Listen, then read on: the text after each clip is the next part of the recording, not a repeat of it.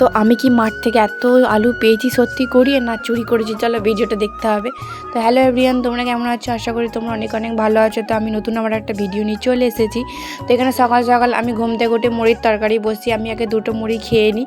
এখানে মুড়ি আমার খাওয়া পুরো কমপ্লিট হয়ে যায়, যেহেতু মা ঘরে ছিল না তাই সব রান্নাবান্না আমাকেই করতে হবে, আবার দোকানও যেতে হবে।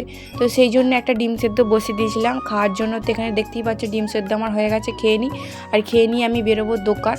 যে দোকান যাওয়ার জন্য রেডিও আমি হয়ে গেছি। এসে দেখি আমার একটা কানের কোথাও খুলে পড়ে গেছে। তো সেই জন্য কানেরটা আমি খুলেই গেলাম দোকান, যেহেতু সবাই না হলে আমাকে হাসবে দেখে। তো এসে আমি চান টান করে নিয়েছি। তো এখানে দেখি মা এখনও মাঠ থেকে আসেনি, সেই জন্য আমি রান্নাটা এখানে বসিয়ে দিই। ভাত আর ডাল, আলু পোস্ত হবে মনে হয়, দেখি বাবা কি বাজার করে এনেছে। তাকে চলো প্রথমে আমি ভাতটা আলু ভাতে দিয়ে বসিয়ে দিই। আর এখানে মা বলেছিল টকের ডাল করতে, বাবা আর তেঁতুল নিয়ে এসেছিলো, সেই জন্য তেঁতুল দিয়ে আমি এখানে টকের ডাল বসি। আর ওই যে দেখতেই পাচ্ছ আলু ছিল, আমি আলু পোস্ত করে ফেলি। আর রান্নাবান্না শেষ করে আমি গ্যাস ট্যাস মুছে চলে আসি মায়ের কাছে। এসে দেখি মা আমার অনেকগুলো আলু কুটিয়েছে সকাল থেকে। তো চলো ভিডিওটা এই পর্যন্তই, টাটা। তো আলুগুলো ঘর নিয়ে যাই।